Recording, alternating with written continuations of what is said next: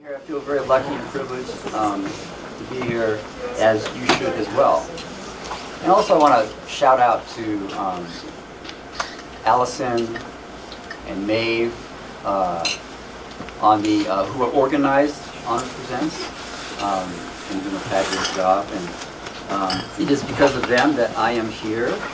I'm really thankful for that. Also, I want to recognize in the audience someone to whom I owe virtually everything. And that is this gentleman in the back row, who is my progenitor. That is my father.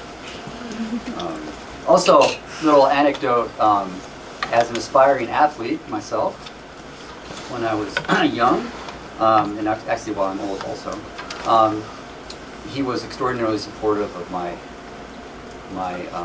crazy desires for distance running fame, which never actually materialized. But very supportive, and I owe everything to him about that. Anyway, and he also gave a talk earlier this semester on supersonic flow for honors presents. I also want to make a plug, because I have the floor, so I'm going to make a plug for an overlooked sport at Montana State, namely cross country, and tomorrow. And I want to make a plug because most people don't realize that our cross country team, MSU's, is nationally ranked. And tomorrow's conference, Big Sky Conference, they're ranked 21st in the country. That's everybody. That's not just D2. That's everybody. So I want to make a shout out to the MSU cross country team. Go Cats! And by the way, cross country is a fabulous sport to spectate. You never have. Unfortunately, the season's just about over, but maybe next fall. It's really fun to watch. And it's fun to run, but it hurts to run, so maybe you shouldn't do that. How many of you have thought that either someone close to you, a friend, relative, or anybody else was a natural athlete? Has anybody ever had that thought? At least that thought. Most of you have had that thought. Maybe it stopped at the thought, right? And today we're going to explore what that might mean. We really look at it, analyze it, criticize it, explore it. What does it mean anything at all? What does it mean? We're going to do that today. I have a vested interest in this topic. Genetic athletic advantage, science, stigma, and segregation, in two senses. One, I've been a lifelong fan of sports. Specifically, I've been a geek about track and field since I was very young and followed the sport pretty religiously. And secondly, I myself was and am a distance runner, and I aspire to success, and I'd like to think that I had genetic limitations. So it wasn't my fault that I didn't succeed all the way, but partly. So I tried really hard. Maybe genetically or naturally, I wouldn't be the very best. So I have also personal interest in that as well. So that's partly how this topic was born, a lifelong interest, and I think that intrinsically it's an important issue. In any case. Now what I'm going to do is I'm going to quote from sociologists, scientists, athletes, etc., all those people who are far more qualified than I am to talk about what they're talking about. So I'll have a lot of quotes from different texts, different books, different articles, different essays, because they are more qualified than I am. So this is research I've done, and it's really just skimming the surface. It's just the tip of the iceberg. And I hope what happens today is that it'll trigger some more questions, and you might explore those on your own. Right? So this in no way is meant to be a thorough investigation into the science or the sociology. It is rather meant to be evocative. Right? Okay. Let's get into the meat of that. So what I'm going to do, because I'm going to be real careful here, the first thing I'm going to do is define what a natural athlete means. What does that mean? So I'm going to give it a definition so we can work with this. It'll be our operative definition throughout the talk. Natural athlete, defined as a competitor whose genetically inherited traits that is, they've received them, right? They've inherited them, gives them a genetic advantage in performance. I'm going to call that a GAP. I'm going to use GAP as the acronym throughout the talk, in a specific sport. Importantly, does not mean that such an athlete is guaranteed success in that sport. It doesn't imply that necessarily. Nor does it mean that they could be athletic in any other sport necessarily, right? So that's why I say in a specific sport. So a natural athlete has a GAP for a specific sport. That's important, right? So that for that qualification. So the question whether natural athletes exist, is it reality instead of myth, for instance, is really, I think, the question whether GAPs exist. Right? So I'm going to refine the question to that. And that's kind of our overarching question. How would you, if you had time to do this, and money, and research dollars, and lots of people to help you, how would you do this scientifically? You'd go something like this, right? How to demonstrate that a GAP exists. First, you observe the facts of superior performance in some athletic event as groups performing or as individuals. Second, you hypothesize, after you observe superior performance, that some GAP is responsible for the performance gap between the ones who perform better and the ones who perform worse. Third, you test the hypothesis that some GAP is responsible for the superior performance. And finally, you compare the GAP hypothesis to competing nurture or environmental hypotheses and assess which is strongest.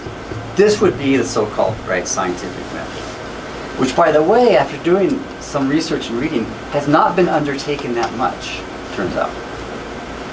There's lots and lots of room for new studies, new research employing this methodology. A lot of room. I don't know quite why that is. So first, let's make the observation of superior athletic performance, because that's the first step, right? And we'll first observe species outperforming other species, such as the red kangaroo can jump 10 vertical feet. The red kangaroo's vertical leap is 10 feet. By the way, YouTube it. It's remarkable. It's really stunning. What about humans? Well, one of the greatest basketball leapers measured of all time, Michael Jordan, could jump 4 vertical feet. The world's best high jumper, 8 feet, 1/4 inch, getting their entire body over the bar, by the way, which is also staggering when you think about it. So the red kangaroo is a better jumper than any humans. Is that training? Is that nurture? No, that's a genetic advantage in performance, right? Red kangaroos can jump better than humans. They are naturally gifted leapers, are they not? Yes, I would assert that they are. That's why we don't have contests between kangaroos and humans at track and field events. Because the kangaroos win every time. Alligators versus humans. In the contest, the event is swimming. Swim speed. Who swims faster? Alligators do. We clock at 20 miles an hour swimming, by the way. Michael Phelps, one of the great human swimmers of all time, clocked at maximum 6 miles an hour, which is pretty darn fast. But it's not the alligator. So alligators are naturally gifted swimmers. They have a GAP, right? A genetic advantage in performance. Okay. What about horses versus humans in running? Turns out, what about sprinting? Well, horses have GAPs for swimming against humans. Secretariat ran, I forget, for 1.5 miles at the Belmont Stakes, some insanely fast time that no human could ever match. But the longer you go in distances, right, the better humans are against horses. Why is that? Because humans sweat better than horses do. Better thermoregulation. Humans are better thermoregulators, it turns out, than virtually all other mammals. Dogs. You know when you run your dog and they start breathing really hard? That's their sweating, right? But humans sweat really efficiently. And so our thermoregulation is much, much superior. So we have that, right, GAP against other species, yes. But the horse has a much biomechanically is far superior, right? In sprinting. The horses are naturally gifted sprinters, at least versus humans. What about superior performance within a species? Now, no offense to those who own corgis out there. Corgis are remarkably cute dogs. They're lovers. They're great dogs. Love them. But they cannot run as fast as a greyhound. Who has a corgi? Anybody? Greyhound? Greyhounds run very fast, upwards of over 30 miles an hour. Corgis can reach about 6 miles an hour at best. Right? Because their legs are so damn short. Right? And they don't have the skeletal biomechanical gift, right, that greyhounds have. Now, perhaps, I don't know this because I'm not a dog researcher, perhaps greyhounds have been artificially selected for speed. I don't know this. You can look it up. Right? Part natural, part artificial selection. But the fact of the matter is that within the dog species, there are differences. Some dogs are naturally gifted runners, other dogs are not.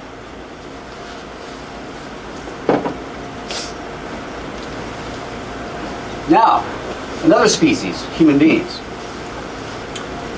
Let's observe among humans, individual humans' superior athletic performances over other individual humans.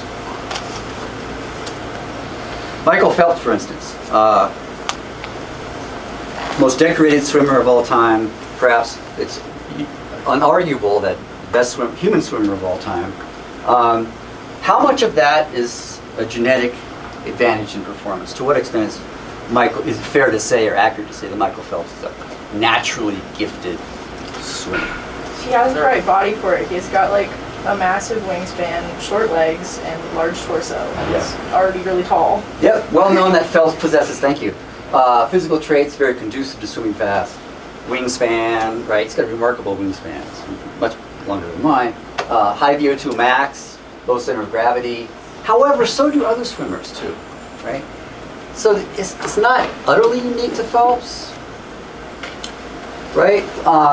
And there have been, this essay, for instance, argues against the claim that Phelps is naturally gifted, argues rather that Phelps' swimming technique that he learned, right, as nurture, in his training and his cardiovascular superiority is from training.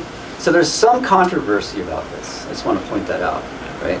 So the question whether Michael Phelps has a GAP, yes, there is an advantage physically for Phelps over, say, you and me.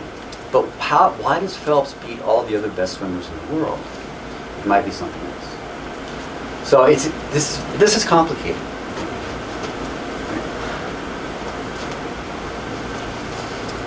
This is an easier one. Eero Mantarantis from Finland. Famous case. Why? He was a much decorated world champion in Nordic skiing for years. And it turns out that this fellow had a genetic mutation.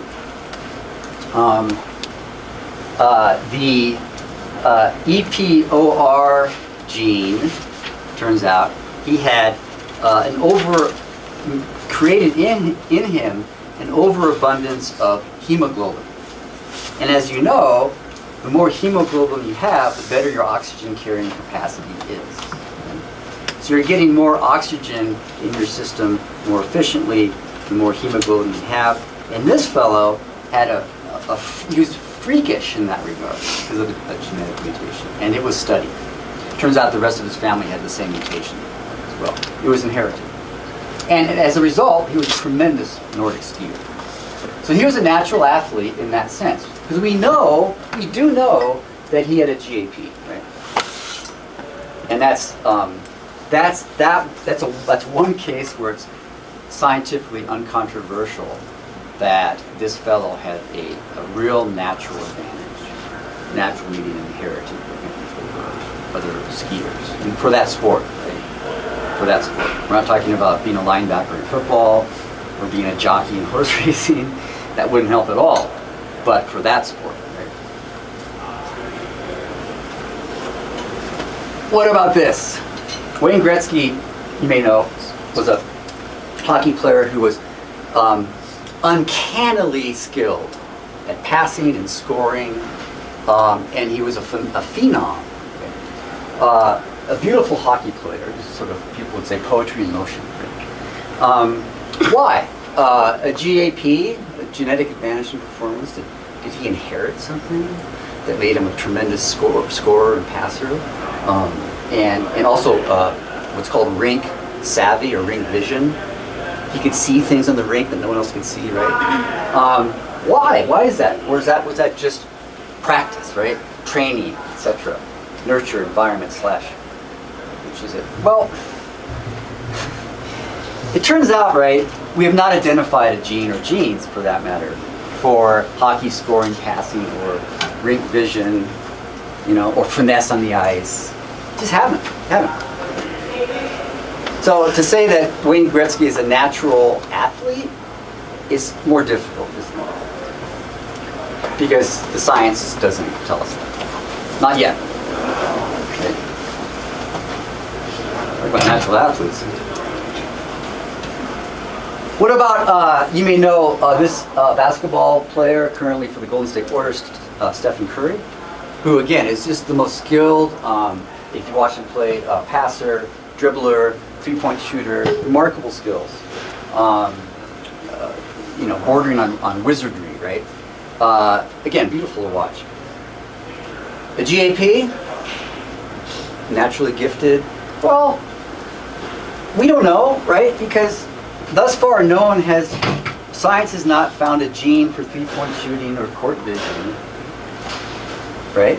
And so one might then hypothesize that Curry is so good because he simply put that much time in the gym, shooting three-pointers. Okay.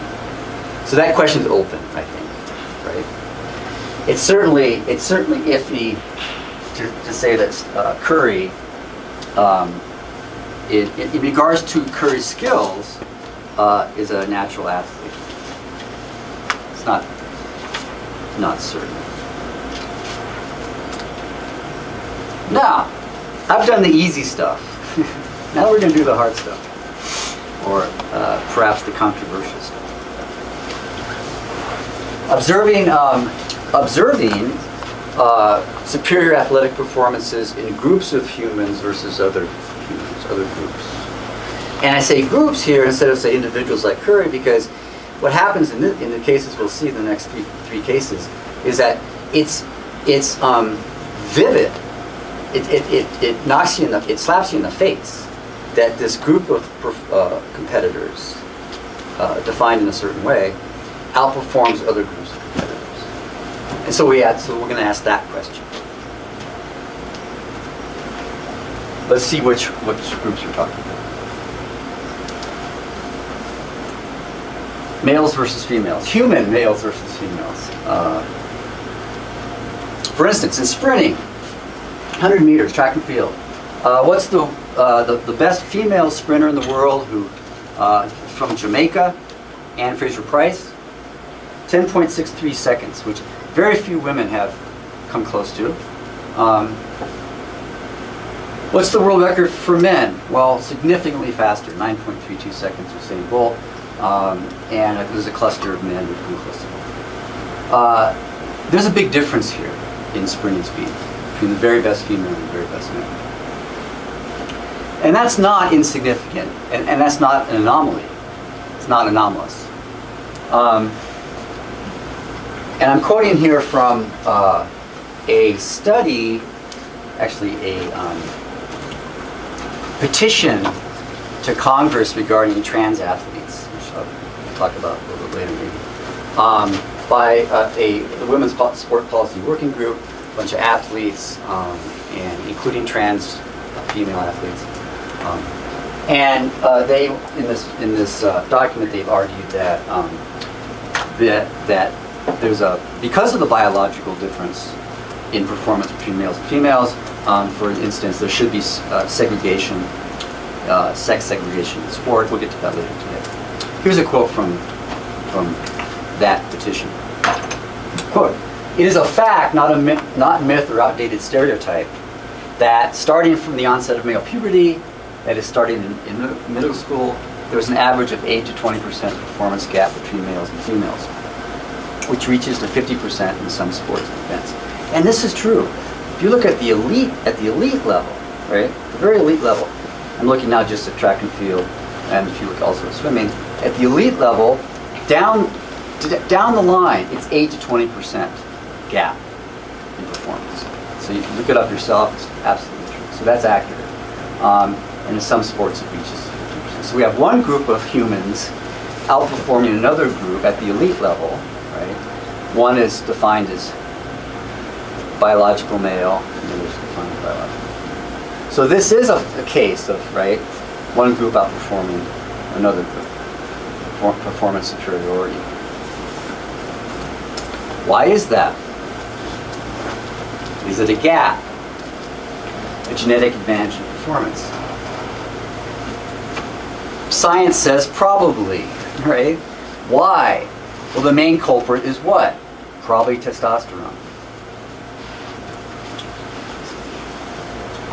Muscle mass, VO2 max, and other phenotypes that enhance athletic performance due mainly to testosterone. Here's a quote from the same essay or petition. Quote, testosterone produced endogenously, that is within the body, right? Not given to you from the outside, is the primary driver of the sex differences in athletic performance. Its production builds and sustains the male body in respects that matter for sports performance, speed, strength, power, and endurance. So yeah, it seems like the reason why that one group, i.e. males, outperform females is a GAP, a genetic advantage. Now, right, the footnote here, of course, is the very best women cross-country runner at MSU, female cross-country runner, Cami Noah, might be able to, over 5K, beat you. So you say, well, but there's a case where this female's beating, I don't mean to offend you. No. What's your best 5K time? You know? I have no idea. You don't I'm not a runner.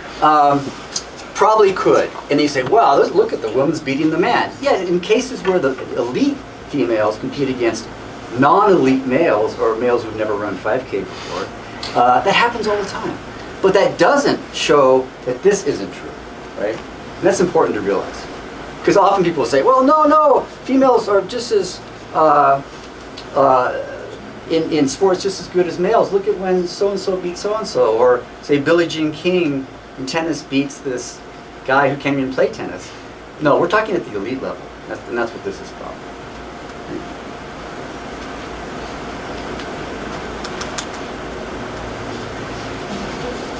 In distance running, we call this, if you're in a race, like, and you're an average male guy, you know, running a 5K, and you run a big 5K, and there are really elite women running that 5K, and they destroy you in the race, in the community, it's called being chipped. You've been chipped. That's what it's called. Okay. Now, another group of humans who outperform other groups of humans. It's not along gender or sex lines. This is a different delimitation of the group. It's regional, it's geographic. Distance runners of East African ancestry. We're talking Ethiopia, Kenya, Uganda, Eritrea, etc. But mainly Ethiopia and Kenya. Here are the facts. Now I'm quoting, by the way, from a book by David Epstein called The Sports Gene, published in 2015. Actually, 2011. Quote, the stats that describe Kalenjin, and Kalenjin is a small tribe within Kenya, it turns out, describe Kalenjin distance running dominance are endless and often so outlandish as to be laughable. For instance, 17 men in history have run a marathon faster than 2 hours and 10 minutes. This is by the 2011. 32 Kalenjin runners did that just in October 2011. As of September 2022, even more laughable statistic, of the 1,284 runners who have run the marathon under 2 hours and 8 minutes, 16 are non-East African, so 0.01% of that group is not East African ancestry. Among the 131 runners under 2 hours and 5 minutes, which is truly the world-class level, there are no non-East African runners under 2 hours and 5 minutes. 0. This is astonishing. This is a staggering statistic. You look at that and you go, whoa, what's going on there? And that's the question that's raised. The next group, sprinters of West African ancestry. Not East Africa, but West Africa. Here's the facts. As of October 2022, this month, of the 1,000 sprinters who have run under 10 seconds in the 100 meters, and that's world class, almost world class. 5 are non-West African, that's 0.005%. Of the 346 under 9.91 seconds, and that's truly world class, there are no non-West Africans. By West African here we mean a West African ancestry. You could be a citizen of France, of the UK, of the United States, and still be of West African ancestry. That's what we mean here. These are also staggering statistics. Right? Why is that?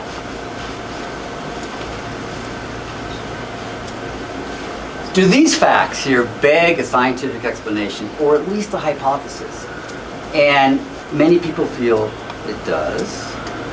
However, there's some pushback. Is it scientifically irresponsible even to hypothesize why groups from African ancestry dominate these events? I want to quote from a book called Running with Kenyans. Quote, "It is unscientific to hypothesize that Kenyans have a genetic advantage simply on the basis of their performance in races." There's that perspective. It's not even scientifically responsible. Is it socially irresponsible to hypothesize? Quote, "To say that Kenyans run so well because of their physiological or genetic characteristics is a racist statement." And that comes from Bale and Sang, from this book called Kenyan Running, published in 2010. Whoa, right? Should we stop right here and do nothing? Not even ask the question? Well, maybe not. John Hoberman, whose book Darwin's Athletes, published in 1997, is a scathing critique of what he calls the myth of black athleticism and how damaging it is in the United States.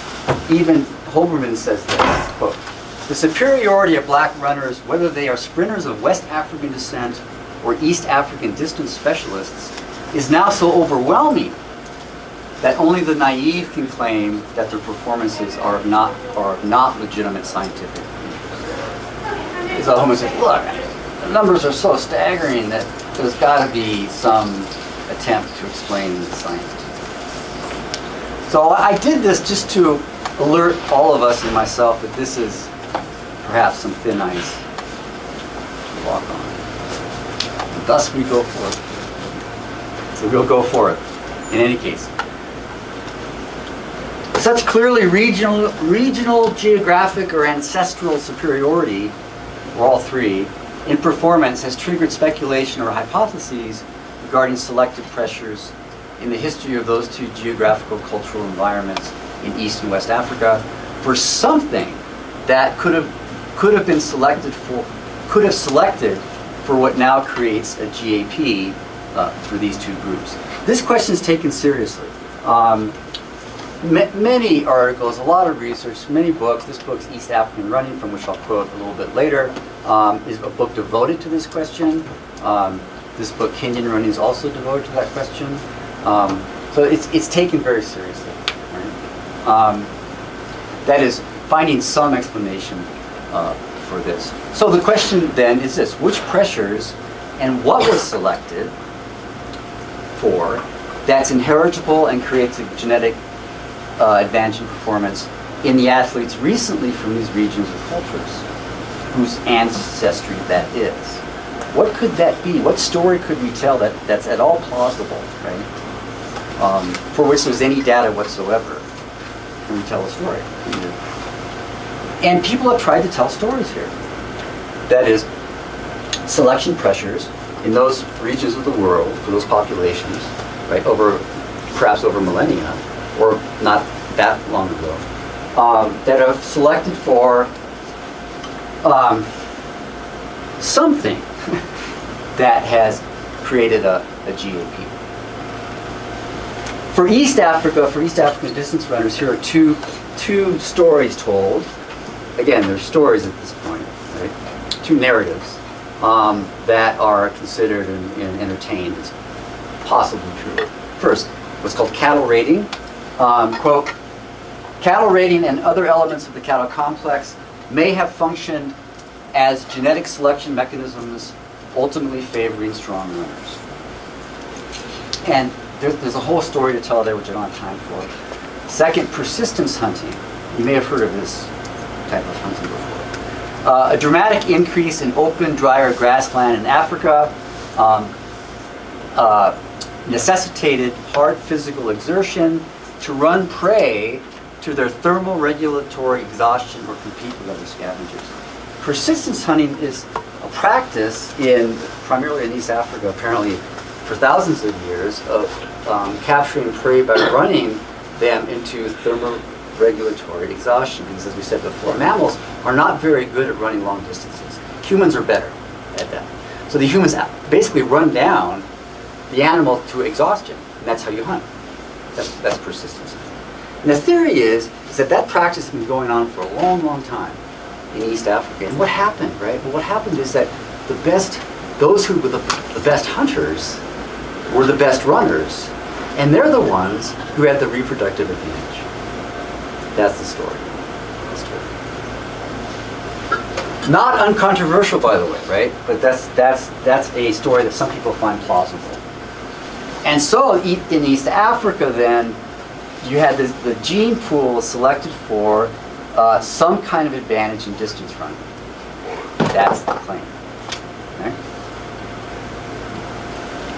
So according to either of these two theories, what was selected for that would be inheritable and give a GAP to East African distance runners? Well, what's called running economy. Running economy is a description that is researched extensively now. First of all, to figure out what it is, and second of all, figure out what contributes to it. Right? Is it nurture? Is it environment? Genetics? What is it that makes for better running economy? Defined as steady state sub-maximal oxygen uptake at a given running velocity, or put it this way, I think it makes more sense. Lower oxygen cost of running means better running economy. So if I'm running and I'm using less oxygen, running at the same velocity, I have better running economy. But what makes that happen? Biomechanics, cardiovascular traits, what is that? That's the controversy. And here are some possibilities. At higher levels of competition, it is likely that natural selection tends to eliminate those athletes who fail to either inherit or develop characteristics which favor running economy. But what is it then, what phenotype, right, would be inheritable that would make for better running economy? Here's what the speculation is. Partly speculation, partly results of studies. Perhaps on average thinner lower legs and lower body mass of East African runners, since there is some evidence that both of these contribute to running economy. There have been studies on this. For instance, in the middle, the superior running economy in Kenyan endurance runners could partly be explained by their low body mass, combined with the mass of their lower limbs being kept to a minimum. The lower quote, the volume and average thickness of the lower legs of the Kenyan boys was 15 to 17% less than in the Danish boys. There was a study done. Compared with Danish runners, the Kenyan runners tested by the Danish scientists calculated the energy savings at 8% per kilometer. So some energy savings with those phenotypes, right? Lower body mass, thinner lower legs. That's the theory. And that would explain what was inherited, right, from the selection pressures for better running economy.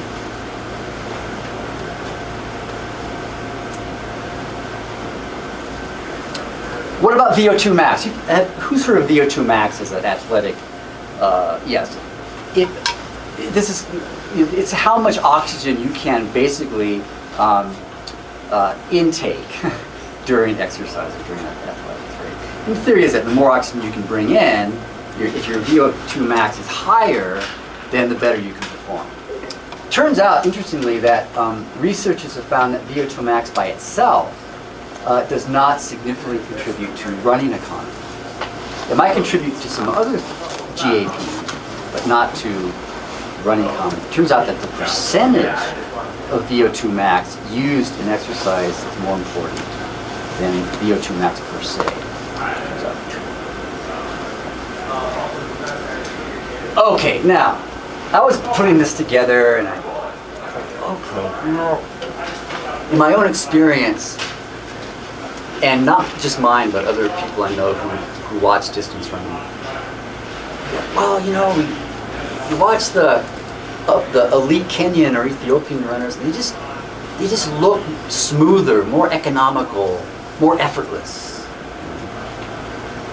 It's the perception. Well, what does that mean? And then it turns out that I was reading about this implicit bias that I think is perhaps ubiquitous in the West. Could it be that merely the hypothesis that East Africans have better running economy derives from an unconscious implicit racial stereotype, an implicit bias often labeled Africanism, namely, quote, the propensity to elevate the African stamina and prowess as the object of our Western gaze, of romantic descriptions and imaginative portrayals of their perfect running bodies, moving smoothly, airily, rhythmically, endlessly. And what I was going to show you is this. One instance of that where I had this perception, and I'll show you the video here. A little background to this.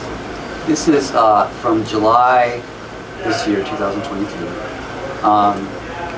Grant Fisher, an American distance runner here, is breaking the American 5K record and becoming the very best middle distance runner that the United States has ever had, Grant Fisher. The other runner is Jacob Kropp, who's a elite Kenyan distance runner. And I watched this and I thought, well, in the presentation I'll sort of use this to demonstrate that the Kenyan distance runner has better running economy. And then I thought, well, why do I believe that? Why does my perception tell me that? Is my perception biased? That's what I want to believe?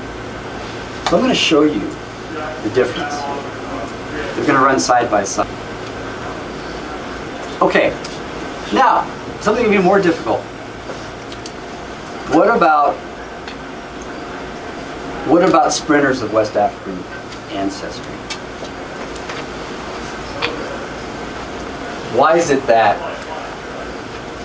a unbelievable percentage of the world's best sprinters are West African ancestry? Why is that? Well, there has been a theory, you may have been familiar with this, floating around, actually first publicized by Martin Kane in Sports Illustrated in 1971. Wrote an article about this. And to quote from that article, quote, of all the physical and psychological theories about the American blacks' excellence in sports, none has proved more controversial than the one least discussed, namely that slavery weeded out the weak. Michael Johnson, who is the greatest 200 meter, 400 meter combined sprinter in history, an African American sprinter, said this: it's impossible to think that being descended from slaves hasn't left an imprint through the generations. Difficult as it was to hear, slavery has benefited descendants like me. I believe there is a superior athletic gene in us. And then Lee Evans, Olympic champion in 400 meters, African American, we were simply bred for physical qualities. If you want to see a documentary, actually Michael Johnson co-produced by BBC,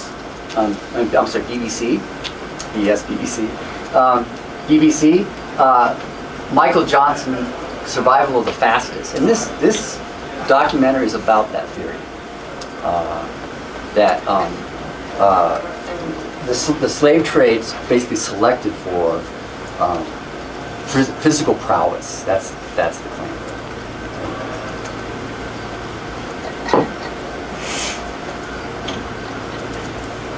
But even if that's true to some extent, right?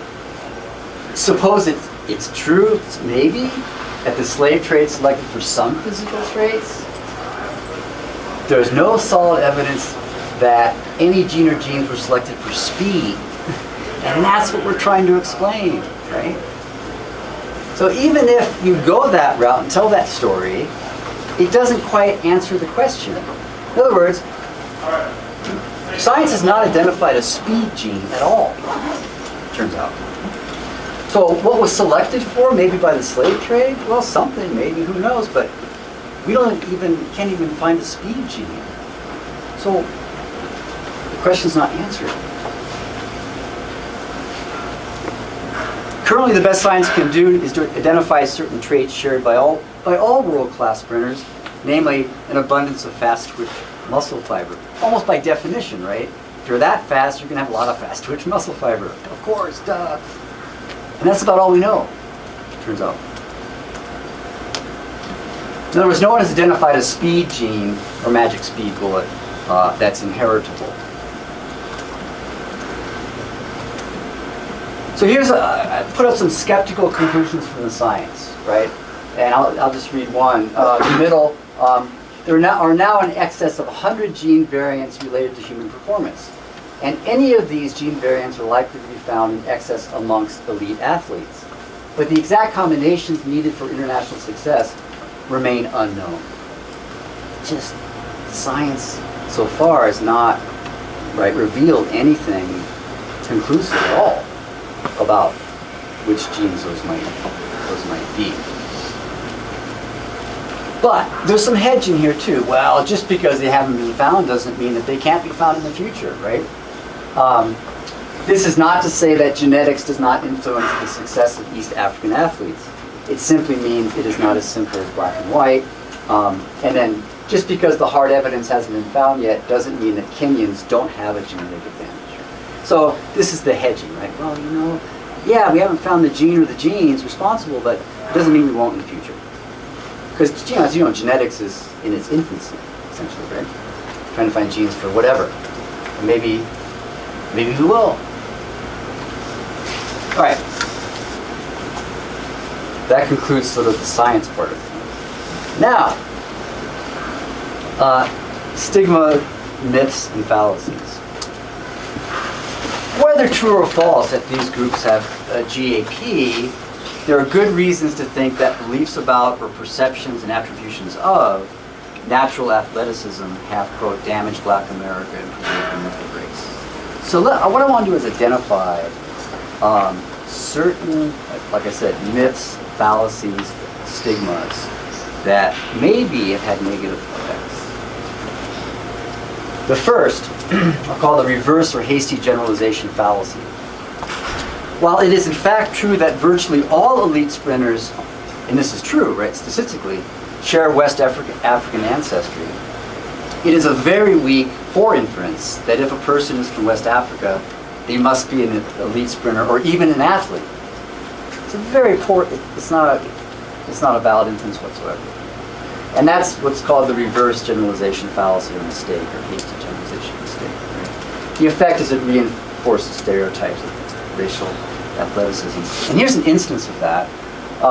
Dr. Davis from Penn State, she teaches courses race, gender, and athletics. Here's a quote from her. I teach race, gender, and sports at Penn State. And every semester without fail, the non-athlete black kids in my class tell stories of how many times it was assumed that they are athletes. This is not uncommon. And it's damaging. And it's a mistake. It's not warranted by logic or by the evidence whatsoever. It's simply a mistake. Another fallacy or myth, what has been labeled the law of compensation or the teeter-totter myth, postulates an inverse relationship between mind and muscle, between athletic and intellectual development, where, quote, any suggestion of a physical advantage among a group of people could be equated to a corresponding lack of intellect, as if athleticism and intelligence were some kind of biological teeter-totter. That is, if you have more athleticism, you must have less intelligence, or vice versa. There's utterly no evidence for that whatsoever, right? Zero. So it's a myth. It's a teeter-totter myth. And the effect, right, among others, the superior black athletic gene theory is offensive because it encourages black brawn versus white brain stereotype. Or reinforces that, right? Reinforces that stereotype. The internalized inferiority effect.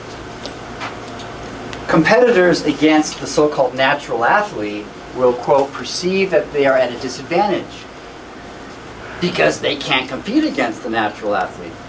Internalize their perceived inferiority, perform worse, which will perpetuate the myth. Right? Another quote about that, an ironic effect of this racist dogma is that by accepting the stereotype of black athletic superiority, white athletes inflict a crippling psychological handicap on themselves. The lazy link fallacy, a cousin of the inferiority fallacy. The myth. If an athlete has a genetic advantage in performance or is naturally gifted as a natural athlete, then they don't have to work or train as hard to be superior to others in their sport. They can, in other words, be lazy and still succeed. They can work less hard and still succeed. And it follows that those athletes not so gifted must work harder for their success. That's part of the fallacy. The facts are that there's abundant evidence that the best athletes in the world work just as hard as anybody. This is true. And the effect? African American athletes stereotyped as not working as hard and therefore denied status bestowed by a meritocracy. Meritocracy is the culture that you have to earn, right, your success. And if you don't earn your success, you're not bestowed that status of hard work.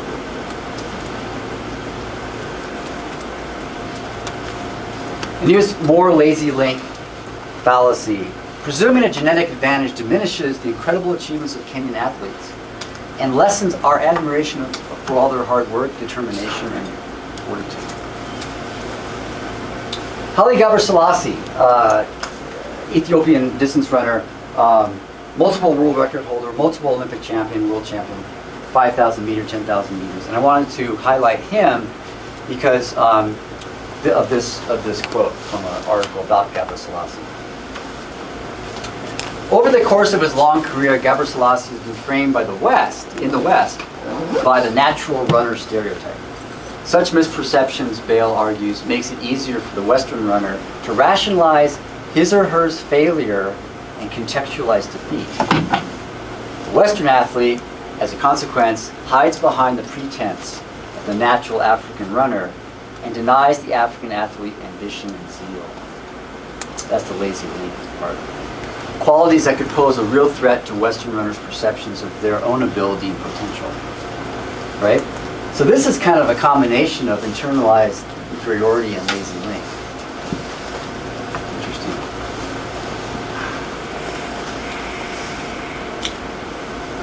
If not a natural selection explanation for, at least for East African dominance in distance running. What else is there? There's a bunch of explanations.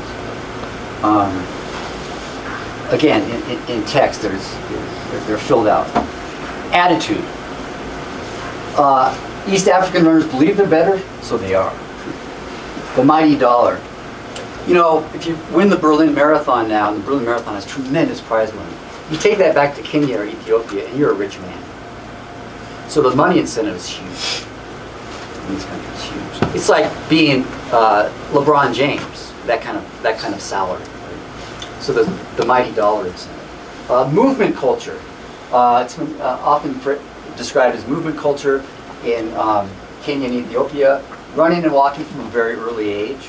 You're running to school in the morning, etc. Called movement culture. Sort of part of the lifestyle, you know, as opposed to perhaps what we do here. National pride. In Kenya and Ethiopia, distance running is their national sport, with as much on the line as soccer for many countries. Right? It's the Super Bowl. You know, so the national pride is huge. Kenyans competing against Ethiopians in cross country. That's the Super Bowl. You know, so there's great incentive there, motivation. Role modeling. The sports heroes and role models are distance runners, not LeBron James or Russell Wilson, you know, for our sports culture here. Hard training. East Africans simply train harder than the rest of the world. By the way, that's not necessarily true. People say this, but you know, the rest of the world trains just as hard. Turns out. And that's one of the strange things, right? We're doing all the work that they're doing, but they're killing us. You know? And people, that's mystifying. Why is that?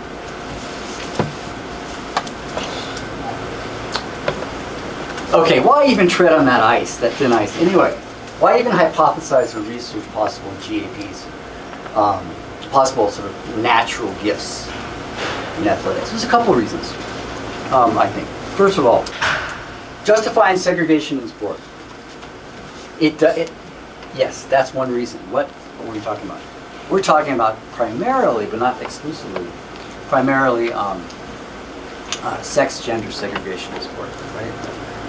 Why have we segregated? Why do we have women's volleyball versus men's volleyball? Why not just co-ed volleyball? Why, you know, the women's swimming event versus and the men's swimming event? Because of GAPs. Right?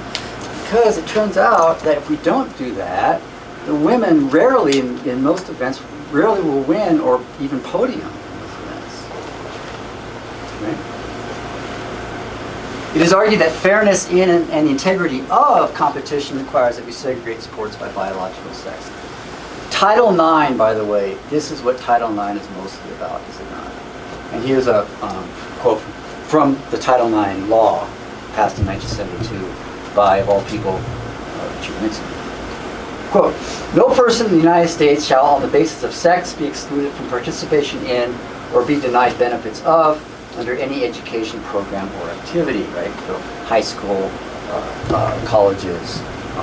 And if we didn't segregate by biological sex, women would not have the chance to win a race. Right? Not to mention if you play football with a 250-pound linebacker, you might get hurt. That's also a reason. So for fairness' sake, right, fair competition, this is the argument. We have to segregate. Now, by the way, there are people who believe that we should no longer segregate. There are arguments for that. You can check that out. All right. Now, I want to make a comment. Segregation with sexism. What does that mean? Well, yes, female sports are segregated for fairness, but still in some segregated sports, women are not permitted to do what the men do in that same sport. This is still the case. In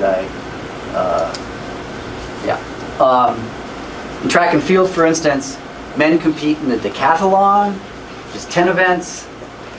Women allowed to compete only in the heptathlon, which is 7 events. Right? So there's a difference. We've segregated track and field. However, in the women's version, the women do less than the men. Arguably, there's no reason for that. Collegiate cross country, men run the 5K, women run the 10K. This, by the way, there's so much pushback right now. It's like, what the hell? Why? Women run marathons, so why are we having the women run a shorter distance? So this seems to be inequality. Right? Men play baseball as hardball, women play softball. Is that inequality? In Grand Slam tennis, men play 5 sets. Women play 5 sets. So some people argue these are cases of inequality even after segregation. Maybe they are. Maybe we're getting there, right? To fully equalize the segregated schools. Second reason to talk about possible GAPs in athletic performance. What about CRISPR? I've heard about this sort of fear that, oh my gosh, we can tinker with genes via CRISPR. Can we then have control over whether my child is good at baseball, or is a sprinter or not? Well, right now, but maybe not. Right now, the science, as we just surveyed briefly, the science says that we don't know enough about the genes that are responsible for athletic superiority. Right? We simply don't know enough about that. And so I put this up because I'm not sure we have reason to fear, if you do fear, that suddenly parents will be able to create super athletes. I don't think that fear is founded. It's maybe no more founded than parents will be able to create kids who are comedians. Is there a gene for comedy? Do we know what that gene is? No, I don't think so, right? Because it's so complex, isn't it? It's impossibly complex what makes someone funny. And it may be as impossibly complex about what makes someone really fast. Or what makes them jump high, you know? So I want to put that up because I think it's important that we don't create a boogeyman here and say, oh my God, let's not do CRISPR because we're going to create super athletes, right? If creating super athletes is a bad thing, I don't know. But it's not on the horizon, at least. As far as I can tell. Thank you for coming.